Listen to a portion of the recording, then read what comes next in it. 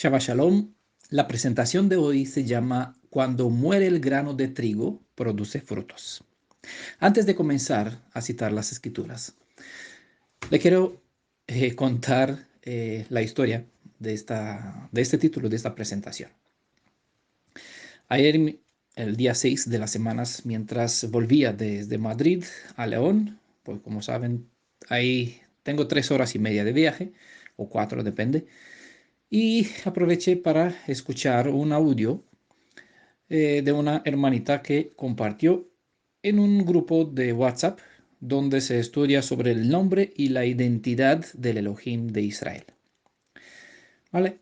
Mientras la escuchaba ella hablando de una forma, presentando los fundamentos de este grupo, el propósito de este grupo, estaba ella comentando para animar a las personas a cumplir con el propósito de este grupo de estudio. Y mientras la escuchaba, me acordé de, de esta parábola que dice, si el grano de trigo no cae en tierra y muere, pues no produce fruto. Y pensé, interesante. Podría hablar sobre eso. Podría presentar un tema sobre esto. Pero como saben, tengo ya pendiente seguir con el libro de Oseas, capítulo 3. Ya que un capítulo de 5 versos, apenas estamos al verso 3. Entonces nos queda poquito, pero me lleva bastante tiempo y basta, porque hay demasiada información. Cuando comenzó el Shabbat, estaba aquí en casa y pensaba decir a mi esposa, mira, tengo 3 ideas para 3 temas mañana. Y claro, uno estaba en esto que cuando sobre el grano de trigo que muere. El otro es para continuar con el libro de Oseas, este capítulo 5 3. Y el otro tema, pues no lo recuerdo. Pero había tres ideas. Pero no se lo comenté a él. Por la mañana, eh, no sé cómo se dio el contexto, pero le dije, mira, podría hablar sobre el grano. Cuando el grano de trigo muere, produce fruto. De repente, al instante, empezó a gritar. Yo me asusté un poquito, dice, pero ¿qué le pasa? Yo sé que tiene muchos problemas de salud, pero ¿qué puede tener? Porque ni siquiera lo tocó, yo no le hice nada. Ah, y me contestó, le pregunté qué pasó.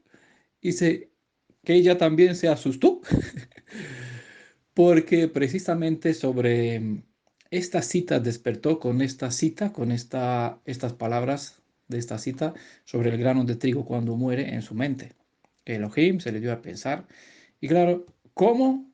Se gritó porque no sabía cómo es que en el mismo tiempo yo pensaba precisamente sobre este asunto para compartir. Bueno, esa es la historia. Entonces dije, bueno, vale, voy a comentar sobre esta cita y lo que me puse a hacer durante todo el día de este Shabbat para presentar este tema, esta escritura y dejarlo también por escrito, también grabarla para que quede como testimonio en audio. La cita se encuentra en el libro de Juan, en Yohanan, capítulo 12, verso 20 al 24, que voy a leer. Había algunos griegos de los que subían a adorar en la fiesta. Era sobre la festividad de Pesaj. Verso 21 dice, estos se dirigieron a Felipe, el de Bethsaida de Galilea, y le rogaron, Señor, queremos ver a Yeshua. Felipe fue a decírselo a Andrés. Andrés y Felipe fueron a decírselo a Yeshua. Yeshua le respondió, ha llegado la hora de que sea glorificado el Hijo de Adán. En verdad os digo, si el grano de trigo no cae en tierra y muere, queda solo, queda él solo. Pero si muere, da mucho fruto. Voy a compartir algunos detalles que por aquí tuve tiempo a prepararlos y espero que les sea de provecho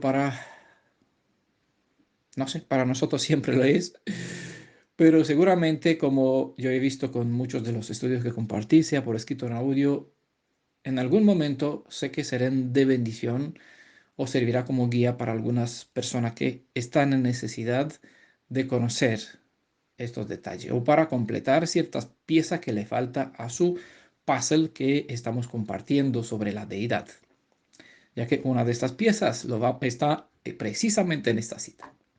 Bueno, dice, los griegos de los que subían a adorar a la fiesta. Había algunos griegos que subían a adorar a la fiesta. Lo que revela eh, lo dicho en el verso 20 sobre esos griegos que venían a adorar es, está en un claro contraste con lo que se presenta en Mateo capítulo 10, verso 5 y Mateo 15, verso 24, donde Yeshua les había dicho a sus discípulos que eviten a los gentiles. Pero ahora dice que los gentiles también serán salvos mediante su muerte. Es lo que presenta en este contexto, ya que con la presencia de estos gentiles, Yeshua anunció que llegó el momento para que él, obviamente, muera, llegó la hora, pero para que sea glorificado, como dice el verso 23.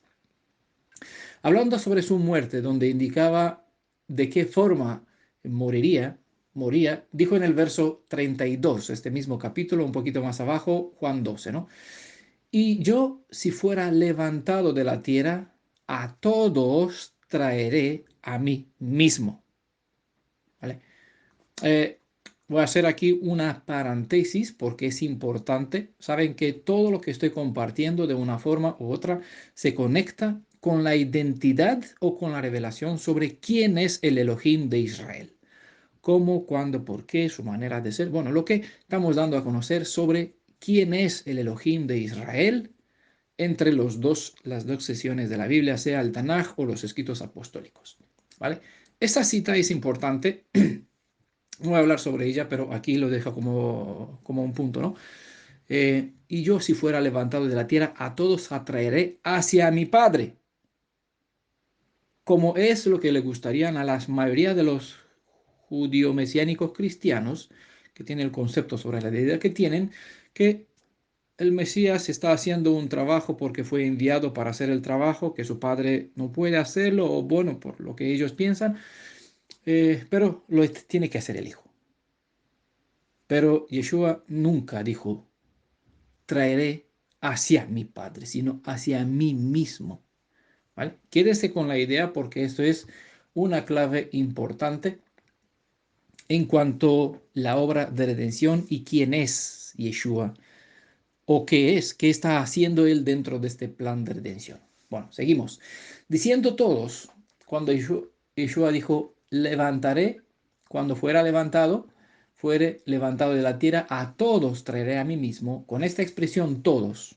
¿Cuánto queda? Dentro de todos, cuando digo todo, ¿cuánto queda? Pues alguno por aquí se excluye. No, todos es todo, es completo. ¿Vale?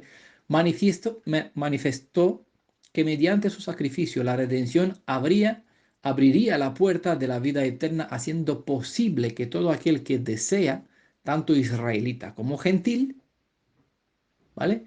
Pueda, mediante su fe en Yeshua, obviamente esa es la clave, tanto para uno como para el otro, pueda gozar de la salvación del pecado y de la muerte eterna. ¿Vale? Para más detalle tenemos un buen estudio que se llama El derecho a la redención, el derecho del gentil y el derecho del hebreo descendiente de Jacob, ¿vale? Quien desea lo puede pedir. Pero eso es lo que decía yo, a todos traeré a mí mismo, dándole esta oportunidad a todos, a quien sea. Porque todo el que cree en él, aquí está la condición, ¿verdad? Pueda tener vida eterna, dice Juan 3:16. Es sabio, es sabido que el judaísmo no permitía que los gentiles que buscaban la fe hebrea y se convertían, incluso algunos, convertían en proselitos, participen de la ofrenda del Cordero de Pesaj. Para estos, lo mismo que enseña hoy los noajidas, ¿vale? Cosa que nosotros no compartimos, obviamente, porque las 7 leyes de Elohim están en contra de las 7 leyes que los noajidas o los judíos que enseñan hacia los gentiles que se invierte al judaísmo, les enseña a practicar, ¿vale? Nosotros seguimos las instrucciones como un judío caraíta se aferra al Tanaj, porque aquí están las normas, las instrucciones de Elohim. Lo que enseñan los demás, los rabinos, en sus libros, es problema de ellos y de los que le quieren hacer caso antes de hacer caso al mismo Elohim. Para esos gentiles, en el templo había una plaza que se llamaba el patio de los gentiles, ya que no les será permitido acercarse a adorar al Elohim de Israel. Por eso Yeshua dijo, cuando fuera levantado, es decir, hay un muro de separación impuesto por el hombre o a causa del pecado. Y obviamente también hay una diferencia que se hacía entre Israel y las demás gentiles. Cuando fuera levantado, a todos atraeré a mí mismo. Toda barrera, todo el muro de separación, todo prejuicio se derrumba, ¿vale? Para todo, para que uno entre, obviamente hay condiciones. Pero como principio general, la libertad de acceder a volver a conectarse con la fuente de vida es posible ya mediante el sacrificio, la ofrenda que Yeshua hizo al entregar nuestra vida, su vida a cambio de la nuestra. La palabra adorar que se menciona aquí, vinieron a adorar, se encuentra 12 veces en el Evangelio de Juan y literalmente significa postrarse ante una persona de eminencia. Sobre la actitud de Felipe y Andrés, hemos observado y valorado en otro estudio. Solo voy a recordar aquí el detalle para que tengan en cuenta. Hoy hay que aprender que de sus ejemplos para llevar el alma que busca al Redentor hacia aquel que puede rescatar. Muchos otros atraen las almas hacia sí mismos o hacia otras personas, olvidando que ninguna persona puede salvar sino solo aquel que es el Salvador. Muchos se quedan con la honra cuando las personas son guiadas hacia ellos, en lugar de honrar al amo de todo por ser él quien puede ayudar de verdad a todas las almas. Quienes sea que vengan a nosotros para preguntarnos sobre las cosas de nuestro Elohim, debemos llevarlos hacia él, de modo como Andrés y Felipe fueron decírselo a Yeshua, según dice la cita, ¿no? Aquellos que llevan las almas hacia el Redentor serán honrados por él, mientras que los que se aprovechan de las gratitudes de las almas se honran a sí mismos. A sí mismos. Dice la cita, sea glorificado ¿quién? El hijo de Adán. ¿Vale? Ha llegado la hora para que sea glorificado, dice el verso 23, el hijo de Adán. El título hijo de Adán aparece en los escritos apostólicos, aunque está mal traducido como hijo del hombre, ¿vale? Por razones, hijo de Adán. El título hijo de Adán aparece en los escritos apostólicos 82 veces y en todas las ocasiones Yeshua lo aplicó a sí mismo. Yeshua lo usó para hablar de sí mismo en tercera persona en la mayoría de las ocasiones. Este título expresa su conexión con el ser humano y su obra a favor del ser humano, ¿vale? Esa es la idea. Este término que está aquí glorificado viene de la palabra gloria, la palabra griega que es doxa, que aparece en estos escritos apostólicos y corresponde a la palabra hebrea kavod, que igual es honra. La kavod de Elohim se manifiesta en las formas como él se dio a conocer y mediante su poder salvador. La palabra poder en el griego es dinamis. En el griego, dunamis, que es un sustantivo femenino, se usa para describir la fuerza, la capacidad, el alcance, el poder de algo o alguien, en este caso. El poder de Elohim se revela en las maneras como logra cambiar de honra en honra al ser humano hasta transformarlo a reflejar su imagen y semejanza, según bien entendió Shaul, y así lo vemos, lo que ustedes mismos pueden leer, en lo que se enseñaba él enseñaba en 2 Corintios capítulo 3. Pueden ver todo el contexto, verso 16 al verso 18, 2 Corintios capítulo 3. Desde esa perspectiva, que Yeshua sea glorificado significa elevarse al ámbito de la deidad para revelar sus atributos. Y él decía, llegó la hora, ¿no? Decirlo de otra forma, de otra manera. Si hasta aquel entonces solo se vio el Ben Adam, a partir de aquella hora se podría entrever la kavod o la majestad del Elohim hecho carne, según menciona igual Shaul en 1 Timoteo 3, verso 16. Porque la capacidad del Redentor, del Salvador, se muestra en la salvación efectiva, ¿vale? Y eso es lo que él decía, llegó la hora para traer hacia mí ya la hora del sacrificio, de la entrega, de la muerte, es decir, cuando como Goel estoy pagando el precio que requiere el pecado, pagando mi vida en lugar de las otras, como sustituto, como hacía el Cordero en las ofrendas del santuario, en el Mishkan. La expresión en verdad o de cierto os digo, señala la importancia del anuncio, ¿vale? Recalca.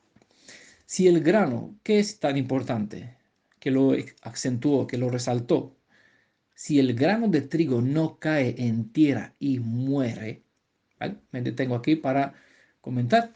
El trigo sembrado en tierra produce su propia especie, ¿vale? Eso es importantísimo. Esta verdad es absoluta y relevante. ¿Por qué? Porque fuimos creados a la imagen y semejanza de ¿quién? De Yeshua. ¿Por qué? Porque Él es el creador. Y a causa del pecado nos hemos deshumanizado, llegando a imitar la imagen y semejanza de nuestro amo, que se convirtió en nuestro amo, es decir, el pecado, que en realidad es Hasatán. Por esta razón, nuestro Hacedor se hizo Ben Adam, para poder ayudar al hombre desde su estado caído a ser elevado al estado original de honra, hasta reflejar de nuevo la imagen de su Redentor, quien lo recrea a su imagen original, de modo como al principio Adán reflejaba. Eso es lo que expresa básicamente. Si el grano de trigo no cae en tierra y muere, pues no produce otro. Al ser engendrados en el pecado, reflejamos en nuestra vida la naturaleza pecaminosa. Pero Yeshua vino a ser el segundo Adán, y Shaul habla bien sobre esto. Y si somos nacidos de nuevo mediante su espíritu, que es el Ruach vivificante, si mora en nosotros su espíritu, comienza el proceso de restauración, porque esta nueva vida es el principio activa, el dinamis, que convierte de una forma poderosa la propia naturaleza paso a paso de honra en honra. Por esa razón Yeshua dijo, quedaos en mí y en quien yo quedaré producirá mucho fruto. Juan 15, verso 5. Lean ustedes la cita según esta, yo le parafraseo.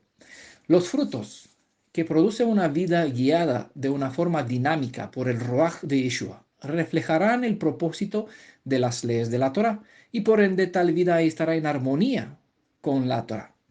Ese será Torah viviente. Un dato interesante es el siguiente. El trigo, al igual que la cebada, se siembra al principio del invierno, pero su desarrollo es más lento que la cebada, el desarrollo del trigo, por lo cual madura unos 2 meses después de esta. No por casualidad, la fiesta de la semana Shavuot se celebra a 50 días después de la primicia de la cebada. Como la cebada es la primera que se observa madurar, es lo primero que la mayoría ven en Yeshua. Ven al Ben Adam como un siervo porque la cebada es símbolo de la servidumbre. Tiempo más tarde, los que siguen mirando a Yeshua, cuando se madura el grano de trigo, ¿verdad? Cuando el conocimiento, el que estudia, pues profundiza más en el conocimiento sobre Yeshua, sobre quién es, más allá de su apariencia como Mashiach.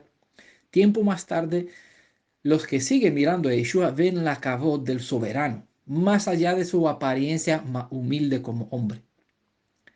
Es conocido el trigo como el alimento básico para el sostén de la vida y no por casualidad la profecía nos indicará que al final de 2 días nos dará la vida.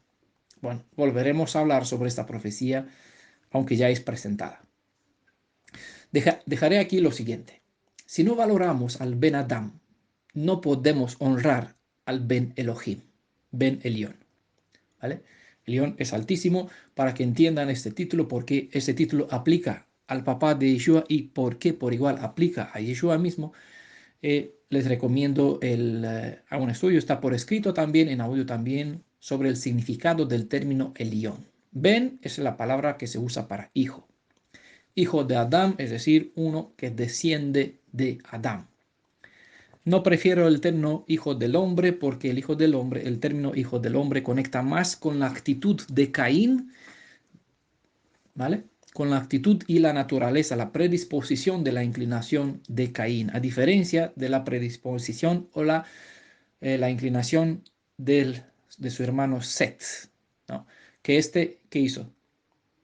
Buscó, invocó a Elohim, siguió a Elohim. Por eso él es presentado como hijo de Adán. Más tarde en Génesis 5 aparecen los hijos del hombre y los hijos de Elohim, ¿vale? Los hijos del hombre son la descendencia según la inclinación de Caín. Los hijos de Elohim son los que siguen la inclinación de Set, hijos de Set, que buscaba a Elohim como su padre. Por esa razón, prefiero el término Ben Adam, hijo de Adán, aunque se traduce con hijo del hombre, ¿vale? Si no valoramos al Ben Adam, quédense con la idea, no voy a indagar y profundizar mucho en eso. Si no valoramos al Ben Adam, no podemos honrar al Ben Elión. Solo el que sabe el peso de la esclavitud puede valorar la posición de un rey, pero el que aprende el camino de la restauración para ser transformado de un esclavo en un príncipe heredero, valora mejor el hecho que tenemos un sumo sacerdote que nos comprende porque anduvo por el camino de nuestra misma naturaleza y como venció, nos ayudará a vencer por medio de su espíritu, del mismo modo como él lo hizo. Eso es importante entender un poquito porque Yeshua es Elohim, es soberano y es Mashiach, ¿vale? Eso es pueden ver un poquito aquí en la diferencia entre el grano de trigo y el grano de cebada. E igual, como decía, es interesante este espacio de tiempo que hay, aunque se siembra a la vez el trigo y la cebada, hay unos 2 meses diferencia entre la madurez de esos dos granos tipos de trigo. Quiero comentar un dato sobre esta expresión, si el grano de trigo no cae en tierra y muere. Supongo que no verán en este dicho la revelación sobre la deidad de Israel, lo que le decía al principio. Y por eso presentaré esta pieza para el gran contexto. Bueno, de hecho hay dos que presenté, los del verso 23 también. 23. Espera que mira la cita. No 23, es 32. ¿No? El verso 32 también contiene esta clave, esta pieza del gran puzzle sobre la imagen de quién es el Elohim de Israel. Les atraeré hacia mí. Y en esta expresión, si el grano de trigo no cae en la tierra, pues hay otra pieza. Y quiero presentar en este contexto esta evidencia. Un grano de trigo vivo contiene el potencial de vida dentro de su cáscara. ¿Saben qué? Obviamente, digo un grano vivo porque el que muere, pues obviamente deja de existir. El grano vivo es el que no está sembrado, todavía no lo tienes en mano. ¿Vale? ¿Saben que Yeshua es la maná viviente que bajó del cielo? Que Él es el pan de vida, pero todos solo veían a un mero hijo del carpintero. Aún así, de modo como la cáscara de un grano de trigo encierra el potencial de la vida dentro de sí, asimismo Yeshua tiene dentro de sí el potencial de la misma vida eterna. Espero que sean conocedores de las escrituras y que puedan localizar las afirmaciones que estaré haciendo porque hay bastantes. Por eso es importante que uno sea nacido de su espíritu, porque en su espíritu hay vida y la hay en abundancia. Como veremos, solo mediante su muerte es posible que esta vida pase a nosotros si nosotros nacemos como frutos de este grano. Para que una espiga produzca muchos granos de trigo, es imprescindible la muerte de un grano. ¿Se preguntan qué les quiero decir con esto? Seguramente dirán, claro, sé todo esto porque es normal que así sea, y tienen razón. Pero lo que no saben es que esta enseñanza describe a Yeshua como el Elohim viviente, Elohim Adonai, Elohim creador, y por excelencia lo revela como el Mashiach. O si quieren verlo al revés, esta ilustración del grano que debe morir para producir fruto describe a Yeshua como el soberano en cuyas manos está la vida, nuestra vida. Esta enseñanza desmonta el común el común dogma compartido por los judíos, mesiánicos y cristianos, donde el que tiene la salvación y el que salva es el padre del Mashiach y que el ungido no es más que un mero sirviente que cumple con la voluntad del que lo envió. Si fuera el caso que en el Tanaj se ha revelado el papá del Mashiach, y si fuera verdad que el padre de Yeshua, quien tiene y da la salvación, es quien tiene y da la salvación y la vida eterna, entonces debemos sacar de la Biblia esta parábola del trigo que muere, o declarar falso a Yeshua y sus enseñanzas, o buscar inventar una interpretación para que quite el poder de Yeshua, que Yeshua se otorga a sí mismo mediante esta parábola. El que no cree que Yeshua es mismo Adonai, habrá que hacer algo aquí con estas citas, porque claramente lo deja bien claro, el grano que muere produce fruto, ¿vale? ¿De qué está hablando? Pues obviamente de la vida eterna, de la redención. Recordamos que el Elohim del Tanaj declaró que él mismo salvará, dará vida, restaurará el pacto, redimirá, etc. Y vimos que todos estos atributos corresponden solo a uno que es un pariente cercano. Y aún más, el peso no está tanto en el hecho, sino en todo esto, sino en que todo esto lo hará una y la misma persona quien dijo que hará que esto sea posible. Y esto descarta por completa la acción de un segundo y todavía menos la intervención de un tercer personaje. Este grano de trigo, dice, cae en tierra. Si Yeshua es hijo del Altísimo, tiene la misma naturaleza como su papá. Por lo tanto, y como hijo, tiene dentro de sí la misma esencia de vida que brota para la eternidad. Y esto es preciso lo que él afirmó sobre sí. Por eso afirmó, nací y vine al mundo, lo dijo en Juan 18, verso 37. Fíjese, que él no dijo que vino al mundo y por ende nació, como es normal y costumbre, como nosotros decimos. Hoy mismo tenemos un día maravilloso porque hoy nació un nuevo hebreo israelita, un hijo, una hermanita pues dio a luz a su hijo Eliezer, el hijo del hermanito Mauro, y también su fecha, como decía, será inolvidable porque también hoy cumplió años mi esposa y también pues hoy es este día pues 29, es la mitad de mi edad también. Bueno, son casualidades, circunstancias de la vida. Nosotros no celebramos ni nacimiento ni tales cosas porque tenemos por delante, es decir, no festejamos el día del nacimiento porque tenemos por delante la eternidad.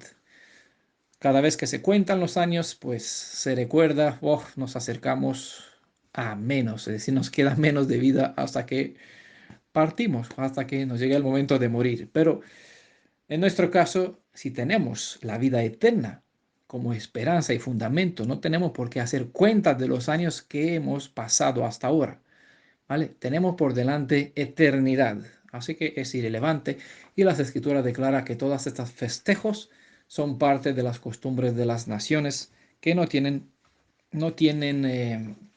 esperanza para el día de mañana. Por ende, disfrutan del momento eh, que tienen hoy porque mañana ya no saben qué sucederá.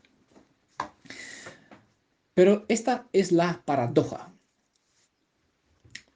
porque a pesar de que las escrituras declaran que el que descendió del cielo es Yeshua, quien bajó y cayó en la tierra como el grano de trigo, la gente prefiere creer que en realidad no es Yeshua quien tiene en sí todo este potencial, sino que él solo es un portador de algo que no es suyo por naturaleza.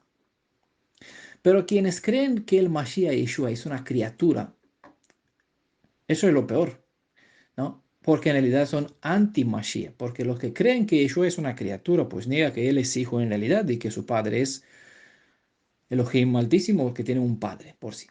A pesar de que tiene en sus labios, muchos de ellos, el nombre de Yeshua, en realidad se comporta como las escrituras declaran anti-Mashiach. Aquel que descendió de los cielos es quien se bajó y dejó caer en la tierra, es decir, morir, a fin de poder hacer posible que la vida brote de nuevo hacia la eternidad.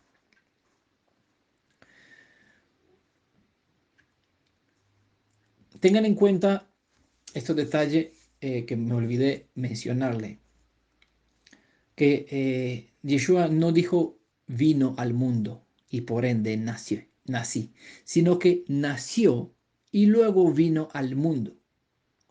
De aquí Shaul dijo que aquel que subió al cielo para tomar los dones, para entregarlos a los hombres, es quien primero bajó del cielo.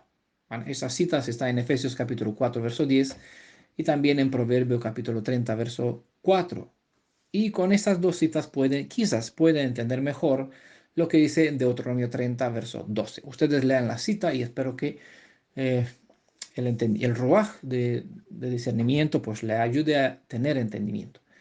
Y hemos estudiado que lo que bajó del cielo es la Shejinah y que ésta se dispuso entre el cielo y la tierra de modo como un vav, es decir, un gancho, conecta la tierra con el cielo. Obviamente, quien afirma que del cielo bajó el papá del Mashiach desconoce la Biblia y también las enseñanzas del propio judaísmo sobre este tema. Pero esta es la paradoja, ¿no? Como les decía, eso es una paradoja para las personas que no razonan en lo que creen. La salvación brota a partir de esta muerte porque la paga del pecado es la muerte.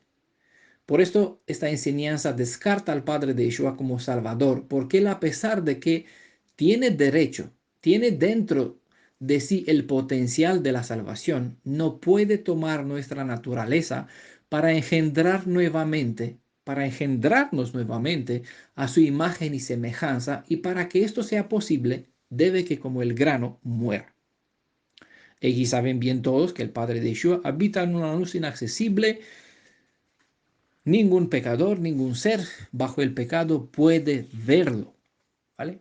Obviamente lo verán después de que todo estará restaurado, después de que vamos a dar comienzo al final de los 7000 años, comenzar la eternidad.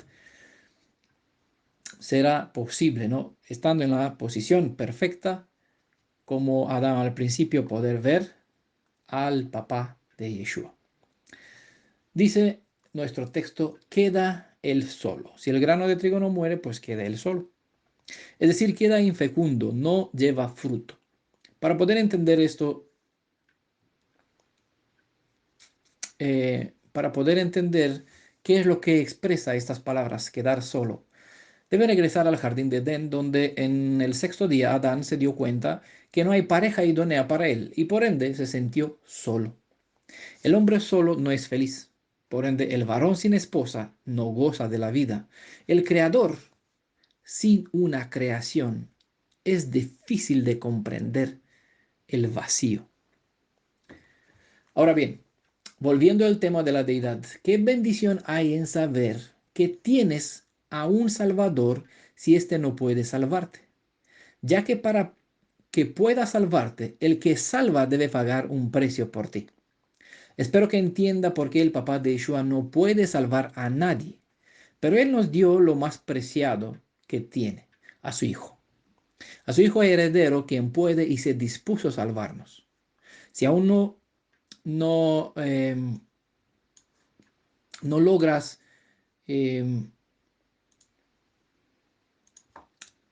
no logras entender cómo es posible que el Padre de Yeshua, aún teniendo salvación, no puede salvarte, te recomiendo estudiar el PDF o escuchar el audio con el título La historia de Ruth, Noemí y Orfa. ¿Vale? Porque aquí pueden ver un poquito más detalle la diferencia entre el Padre de Yeshua y Yeshua. Porque Yeshua sí que tiene la salvación dentro de sí y nos salva, y porque el Padre de Yeshua, aunque tiene el potencial de la salvación, no puede salvar. Les recomiendo este estudio, la historia de Ruth, Noemí y Orfa. Todos esos estudios que presentan evidencias que Yeshua es Adonai, el Elohim de Israel, no son para quitar de en medio al Padre de Yeshua y exaltar en su lugar a Yeshua hasta lo sumo. Para nada. Es debido a una cantidad enorme de falsas interpretaciones sobre esos escritos que sigo insistiendo presentando cada vez que pueda que Yeshua y no su Padre es el Creador, que Yeshua y no su Padre es el Elohim de Israel, que Yeshua y no su Padre es quien nos da vida y nos salva del pecado, etc. Es el tema principal para el cual dedico todo ese esfuerzo para ayudar a la restauración de lo que es Emet perfecta. Seguimos. Dice nuestra cita, pero si muere, da mucho fruto. En virtud del sacrificio de Yeshua fue posible que algunos santos muertos en el pasado resuciten para ser presentados como ofrenda de grato olor ante el Padre de Yeshua. Esta primera primicia fue presentada en el día de Bikurim, en el primer día de la semana después de que Yeshua resucitó. Pero los frutos, verdaderos granos, producidos como consecuencia de la muerte de Yeshua, fueron aquellos que le siguieron a él. De modo como la nueva espiga que carga otros granos se alimenta del cuerpo del grano enterrado bajo la tierra, del mismo modo aquellos que se alimentaron de las enseñanzas de Yeshua se convirtieron en servidores a imagen de su maestro. Esos granos nuevos dieron sus vidas también para preservar la fe verdadera y hacer posible que éste perdure. Generación tras generación han hecho posible que la fe no se perdiera y el ejemplo personal siga siendo un instructor hasta nosotros. Así que con cada persona que vuelva a ser rescatada de la muerte para la vida eterna, se le honra al primer grano que se dejó enterrar para que otros puedan vivir la vida eterna. ¿Vale? Obviamente hablamos de Yeshua con este primer grano. Por eso, Él está puesto aquí como primogénito, es decir, el que tiene eh, que es la cabeza, ¿no? Como el rey en Israel. Saúl tenía una cabeza más alta, ¿no? En este caso, para dar énfasis a la persona. Hay una historia de cual citaré una cita sobre la cual deseo comentar un poco más usando como medio, esta historia como medio instructivo. Les recomiendo que vean todo el contexto porque es importante, hay muchas enseñanzas aquí. Yo quiero rescatar una cita para este contexto donde hablamos de el grano de trigo que si no cae en tierra y muere, queda solo. Libro de Hechos, capítulo 27, verso 38. Dice, una vez satisfechos, aligeraron la nave arrojando el trigo al mar. ¿Vale? Yo voy a sacar esta cita de su contexto, pero ustedes lean el contexto para que no entiendan que yo voy a acomodar la interpretación a algo. No voy a usarla como método instructivo, ¿vale? Pero la cita está bien verla en su contexto para que rescaten la bendición que hay en toda esta historia. Algunas cosas les voy a mencionar para que así pues, puedan hacerse la idea. Muchos de nosotros han quedado satisfechos y se conformaron con el alimento que han recibido del grano de trigo que cayó en la tierra. Es decir, con los frutos que resultaron como parte de la obra redentora del Mashiach. Y esto para bien, pero esto está bien, pero no del todo. Es decir, si una persona disfruta de las bendiciones, de las enseñanzas, de la ayuda que reciben de parte de los que ya están en este camino, los que están por venir, pues reciben también ayuda de algunos y disfrutan de las bendiciones, están probando de hecho la bondad de Elohim. Eso está bien, pero no es suficiente, no está bien de todo, ¿vale? Y nosotros estamos llamados a lo mejor, ¿vale? No a conformarnos con lo que está bien, ¿no? Porque este está bien una vez satisfecho. Es bien que estemos satisfechos. Bien, sí, cierto, claro que sí, pero no es suficiente. ¿Sí? Esto se puede convertir fácilmente en algo de egoísmo.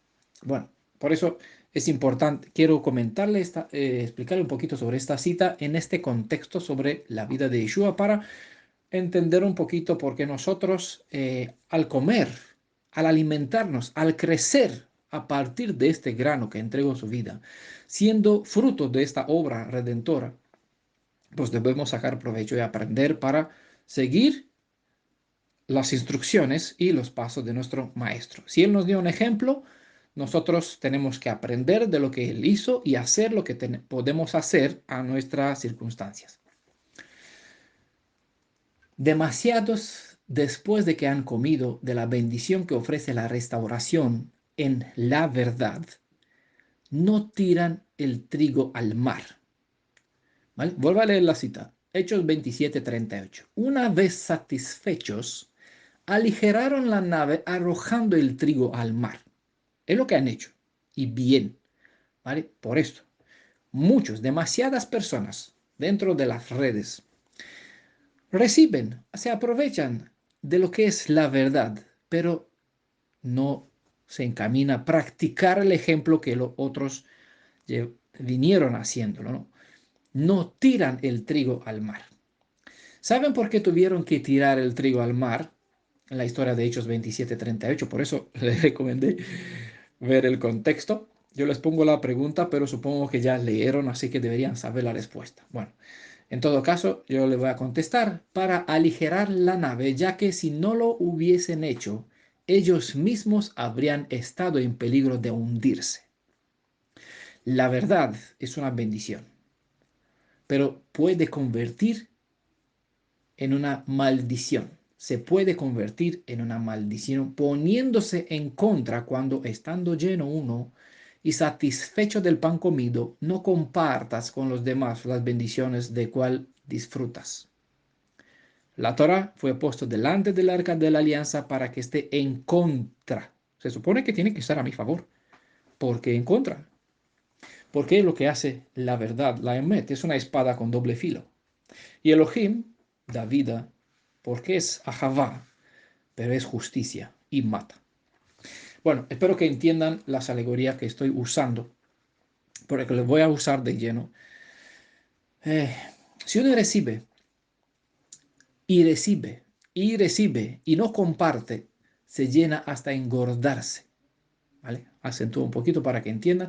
Y cuando engordan, ya se consideran superiores y dejan de tolerar a los demás que se presentan o aparentan como ovejas flacas, entre comillas, ¿no? Y no se preocupan, es decir, no se preocupan por los débiles, las débiles. Igual pueden ver toda esta parábola, si no entienden esta alegoría, en Ezequiel capítulo 34, verso 20 específicamente, pero bueno, todo el contexto habla sobre el juicio en contra de los pastores, pero ojo, hay un juicio y no sobra contra las cabras, ovejas y cabras, sino entre ovejas y ovejas, porque hay ovejas gordas, cuando se engordan, están pisoteando las aguas de las que más flacas vienen a beber también, ¿vale? Las ovejas flacas son aquellos que apenas comienza su restauración. Y los que reciben, se llena, se convierte en un mar muerto. ¿Ah? Porque no convierte, no da vida, no tira el grano, el pan sobre las aguas, sobre el mar. El mar, en esta historia, que está en Hechos 27, es una metáfora hebrea para referirse en general, en las escrituras, dentro del lenguaje típico hebreo. El mar es una metáfora para referirse a la multitud de pueblos, naciones, lenguas. El grano de trigo es un símbolo de la palabra de vida que pertenece a Yeshua. Es el mensaje sobre la redención, las buenas nuevas y la restauración. El barco es una metáfora sobre una casa, sea esta tu congregación, sinagoga, la casa de la fe donde te congregas para aprender, el grupo de WhatsApp sobre el Elohim de Israel. Este barco es tu casa, es tu alma. Recuerdan lo que hemos estudiado sobre la letra Bet, casa. En esta historia, que Hechos 34, hay una cita relevante y la revela el verso 31 del capítulo 34. El libro de Hechos, Hechos de los Apóstoles, capítulo 34, verso 31. Dice, algo ustedes lean la cita correctamente, aquel que no se queda en la nave perderá su vida. ¿Vale? Esa es la idea. Y luego, y para el que se queda dentro del barco, hay otra instrucción. Algo imprescindible, alimentarse para la propia salvación. Es lo que dice el verso 34. Así que está bien alimentarse, recibir, recibir, recibir. Está bien, obviamente es recibir, pero no es lo suficiente. Hay que hacer lo siguiente. Bueno, aquí en esta historia hay bastantes pasos relevantes en cuanto a cómo tenemos que actuar, cómo tenemos que vivir, qué tenemos que hacer, el cuidado que tenemos que tener. Ojo, hay razones para cuales Elohim permite que un viento del sur, que puede parecer inofensivo, se convierta en una tormenta desencadenada sobre tu vida. Y tu barco, donde sea que estés, ve el verso 13, el verso 14 del mismo capítulo. Por aquí dice, soplaba ligeramente entonces el viento del sur. ¿Y qué hicieron ellos? Creyeron que podrían poner en práctica su propósito, es decir, tenían ciertas ideas. Saben que las escrituras nos enseña poner ante Elohim, la izquierda o derecha, para arriba o para abajo, lo que nosotros queremos, y Él hará según su voluntad. Y por eso tenemos que tener amén, es decir, si es tu voluntad, porque se haga así y así. ¿Vale? Por esa razón, Moisés dijo, si tú no vas con nosotros, de aquí no marchamos. Si una persona decide hacer algo sin saber exactamente lo que Elohim quiere, está bien, mejor que se lo piense 2 veces, 3 veces. ¿Vale? Soplaba ligeramente, entonces un viento del sur. Y creen, eso es importante, pueden ver sobre este viento del sur. Creyeron que podrían poner en práctica su propósito. Hoy mismo estamos en estas circunstancias y les estamos diciendo, las dificultades que tenemos que pasar son nada en comparación con lo que están por venir. Hoy vivimos en un tiempo cuando sopla este viento que nos parece que es ligero, que no es un problema, eh, pero aún así hacemos un caso y cada uno tiene sus planes. Ah, no pasa nada, puede hablar otro. Ah, no pasa nada, ya se ocupará Daniel. Ah, no pasa nada, ya hay no sé qué centinela. Ah, no pasa nada. La obra es de Yeshua, ¿qué más da? No, yo no tengo por qué, yo no comparto por aquí, por allá. Bueno, uno pone en práctica sus planes porque todavía ve que sopla el viento, es decir, no es tan preocupante. Pero, y está por venir el verso 14, no mucho después se desencadenó un viento huracanado. Bueno, estamos entre estos dos versos 13 y 14. Que cada uno preste atención a lo que está haciendo, a su vida, a sus planes, a cómo actúa, a lo que aprende y qué es lo que comparte, si es que lo hace. Hay un propósito en lo que te sobreviene y debes aprovechar todo para mejorar. La tormenta no es el problema, ¿vale? Que está por venir no mucho después se desencadenó un viento huracanado. No es el problema el viento huracanado, ¿vale? ¿Cuál es el problema? El problema viene cuando no sabes qué hacer en medio de la tormenta. Hoy es tiempo para adiestrarte a prevalecer en medio de la tormenta, a fin de poder ayudar a otros más a sobrevivir a lo que está por venir. Aunque el contexto contiene sus enseñanzas, puedes seguir el hilo que lancé. Ahora seguimos con nuestro asunto y en nuestro contexto el mensaje es el siguiente. Si no compartes lo que tienes, te hundes. Así que ve y vierte el grano de trigo en el mar. No te preocupes que esta acción es un derroche o un desperdicio como se preocupó Judas. Tú vierte de tu barco porque te digo que cuando más viertes, más se llenará tu barco. Jamás te faltará si viertes tu trigo al mar. Antes de todo, mira la vida que llevas a otros más que la pérdida que sufres al hacer el esfuerzo de compartir la palabra de vida, porque el que nos mandó echar nuestro pan sobre las aguas, Proverbios 11 creo que es, ¿no? Eclesiastes 11 hemos estudiado sobre eso, un buen audio. El que nos mandó echar nuestro pan sobre las aguas, nos aseguró que vamos a recibir, que se nos devolverá 1000 y hasta desbordar, porque digno será el trabajador de su premio. ¿Vale? Si conocen las alegorías, pues las entiende. Si solo tienes un solo grano de trigo, no lo guardes en una caja fuerte. Más bien ponlo a producir fruto. Compártelo con otros, ponlo al intercambio y lo doblarás. Sé fiel en lo poco y si poco tienes, no hay un problema. Haz trabajo con lo poco que tienes, porque el que trabaja con lo poco lo multiplicará y trabajará con más. Estas son palabras de nuestro instructor. Si entendiste la metáfora que usé, bendición para ti, si aplicas lo oído o leído. Si no las entendiste es porque aún te falta conocer la cultura hebrea y sus enseñanzas, y si no te percataste de la multitud de metáforas que usé, es porque leíste o escuchaste demasiado a prisa para esta presentación. Si alguna metáfora no la comprendiste, o si no sabes en qué contexto encontrarla en las escrituras, siempre puedes preguntarme.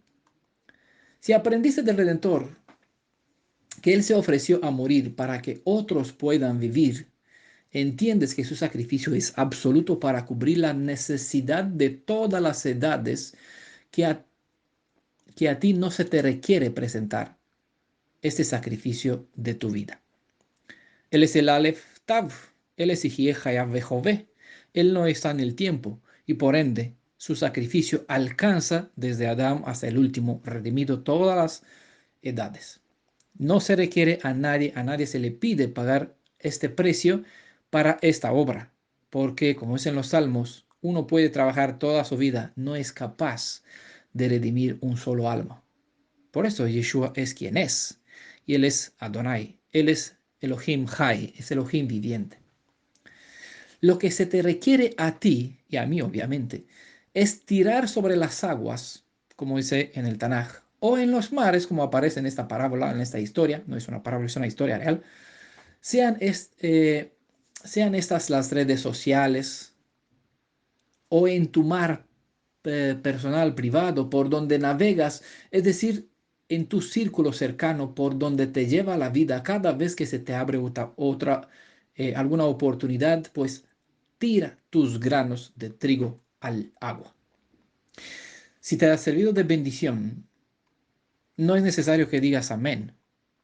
Es importante que actúes como tal, ¿vale? Porque si no, tengan en cuenta que el que no tira el grano, la bendición que tiene para los demás, se puede ahogar con él.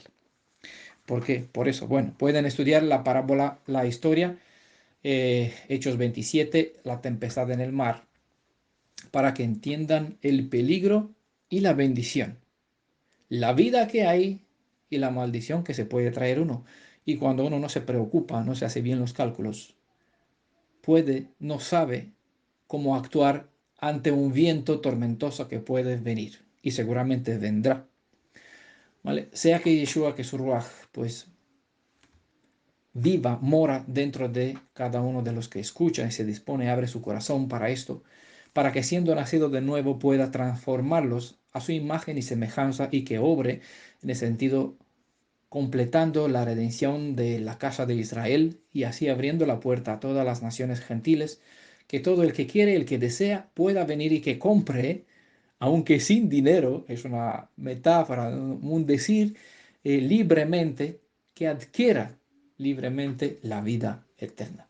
Pues en el nombre de Yeshua sean todos bendecidos si escuchan, estudian y aplican las enseñanzas. Apocalipsis 1, verso 3, esta cita maravillosa que siempre la comparto, que el Padre de Yeshua sea honrado para siempre, porque debido a Él y gracias a Él, al entregarnos a su Hijo, tenemos salvación. Y por esa razón, Yohanan escribió, la salvación viene del Cordero y del Elohim, de Yeshua y de su Padre. Porque aunque el Padre de Yeshua no nos salva, Él nos dio al Salvador. Y aunque el Padre de Yeshua no puede salvarnos, Yeshua, quien es su Hijo, nos salva.